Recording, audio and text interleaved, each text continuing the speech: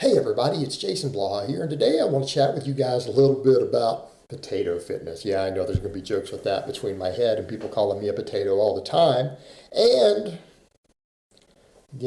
before the vegans get too excited and the keto tards freak out, I'll probably do one of these discussing whole eggs also in a similar fashion because they're an awesome health food. So let me put on my +5 hat of weaponsmithing, work on skill at my crafting a little bit. Let's talk about this. Now, of course, we know what's going to happen there also when I cover eggs. We're going to get this whole same jokes and everything going again about my head, me looking like an egg and everything else. But that aside, the potato, it gets a bad rap. Potato gets a bad rap. And the reality is, in terms of weight loss, health, everything else, the lowly potato is an absolute powerhouse. Absolute powerhouse. And what I mean, if you just start looking at things like nutrient profile, right? We pulled it up.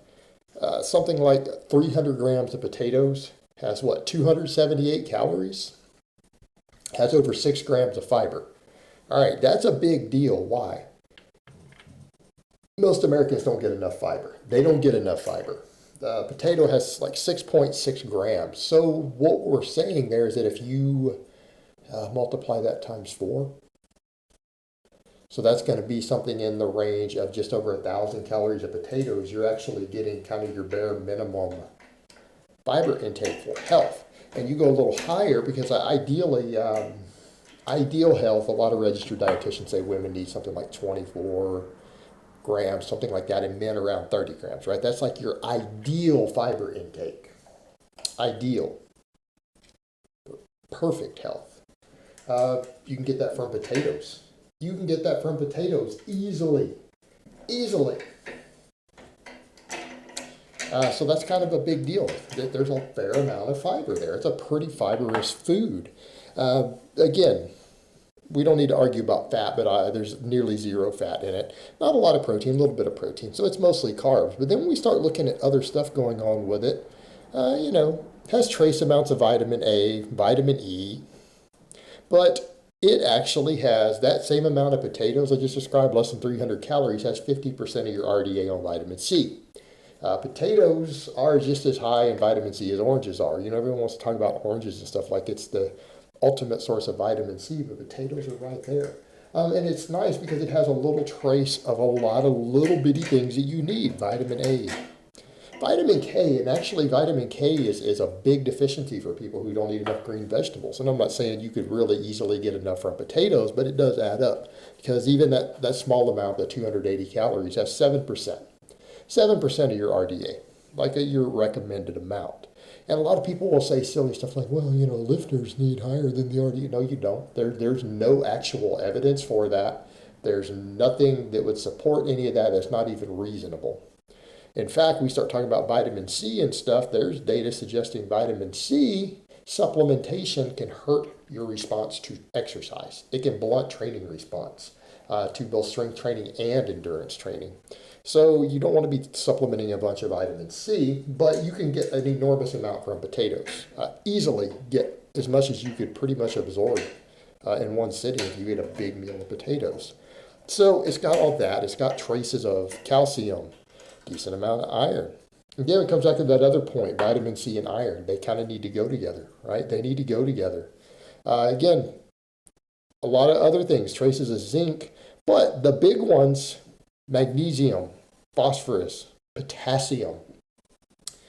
Potassium. I mean, these are things that we need. What is it? You hear all these supplement companies claiming, oh, well, magnesium is linked to performance and muscle fullness, and if you're deficient in magnesium, your testosterone levels go down, and you gain less muscle. That's all true. But we get the RDA on potatoes for about 1,000 calories of potatoes, and again, none of you are only eating 1,000 calories. You're getting almost your full need for magnesium.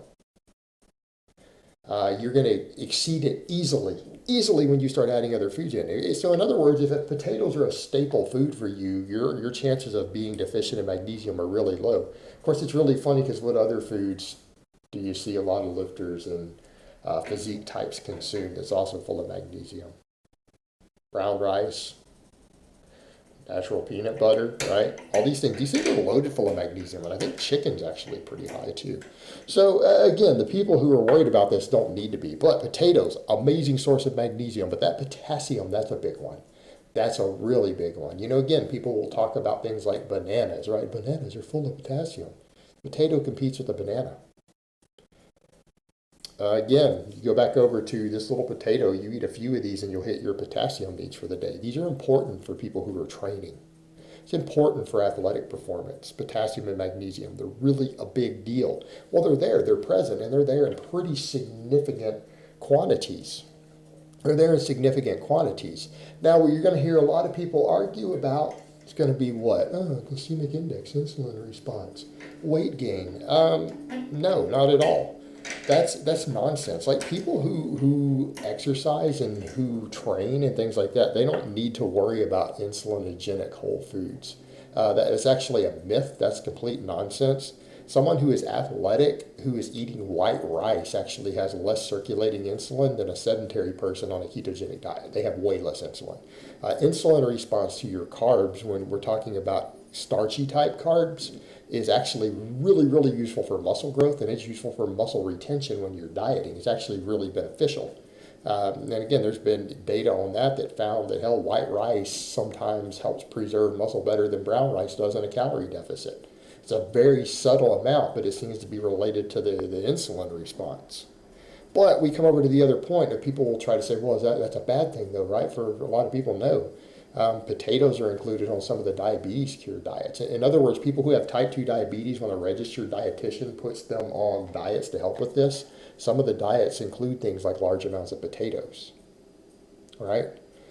It's got a lot of fiber. It's filling. And even though it might have a certain glycemic index, that goes out the window once your fast is broken. And people need to remember that. The GI is a thing that's calculated for a person who's fasted for your first meal of the day. You're only fasted during your first meal, and it goes out the window after that. I think GI on everything goes down after that. But potatoes seem to be a useful treatment for type 2 diabetes as a staple in the diet. And a lot of dietitians and doctors prescribe certain diets, and again, high starch diets like that, to where you get the majority of your calories from starch, right, instead of sugar and fats, actually seems to help with diabetes. It improves insulin sensitivity. It improves insulin management, blood sugar management, glucose disposal. So that's a good thing. Then we come over to the whole fat loss thing. It's the same thing. We get into the same thing. Look at the satiety on it. There have been studies where they've measured different foods and taken a large number of people and had them report satiety, and a thing called a satiety index was come up with. And you know what they found? The potato, out of all of your various starchy carbs, and that included against brown rice, whole wheat pasta, oats, right? These staple foods, that for good reason. There's a good reason these are considered high satiety foods, and they're beneficial for people dieting. All these whole grains, they're pretty filling. Calorie per calorie, they're pretty filling due to their fiber content. They found that the potato beat them. In other words, calorie per calorie and gram for gram, people reported the potato making them feel fuller longer than these other starchy carbs. And it was by a significant amount. It won. Like it beat all fruits just about. It beat all these starchy carbs. The potato is a very, very filling food. And yeah, there have been people who've tested this out and have done mono potato diets. I wouldn't recommend you do that. And have lost stuff like 30 pounds easily while eating almost as many potatoes as they could stuff down. Because eating 2,000 calories of potatoes in a day is pretty hard. In fact, it's one of my staple foods myself. It's something that I rely on pretty heavily right now for my own cutting because I happen to like them. They taste good, they're easy to prepare, and they're extremely filling. But then you come over to the other thing. Let's talk about performance and muscle growth. Well, it's still a quality carb. It's a starchy glucose-based carb that is loaded full of magnesium and potassium. Right? That's a big deal for lifters and athletes. So by that same token, people who are trying to gain muscle, it's a powerhouse there also. The potato is an all-around solid fitness food. And it's one that for a lot of reasons gets a bad rap for some reason. But the reality is when you look at the nutrient profile of it, you look at the studies done on it, it's actually an effective weight management food. It's an effective diabetes management food. And it's a staple carb for some of the best lifters and strength athletes in the world. The potato is absolutely a fitness food, right? It's absolutely a fitness food. You can work this into your diet no matter what you're doing. It's fantastic. The only downside might be the under-eater, the hard gainer, might struggle to eat enough of these to gain muscle. And that could be the only negative to it, is that it's so filling. And for a lot of people, that's a godsend. And for some people, that could be the only real problem with the potato, right? But they could always mix it with other stuff, right? They could mix enough other stuff with it to make it work anyways, if they really wanted to. All right, guys, but that's really all I have to say on that today. I hope it's been informative, and I will talk to you guys next time.